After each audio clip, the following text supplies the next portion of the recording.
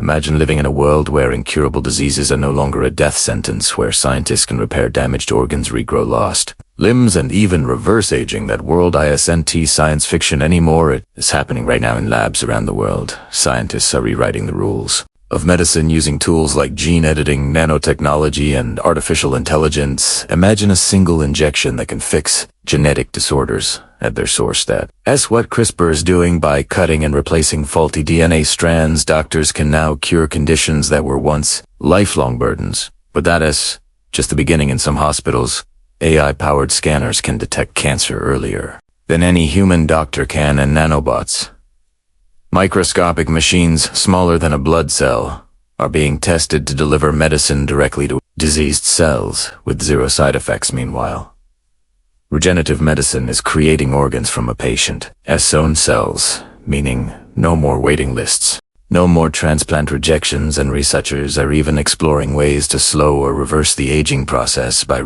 old cells to behave young again. It's like upgrading the human body from within.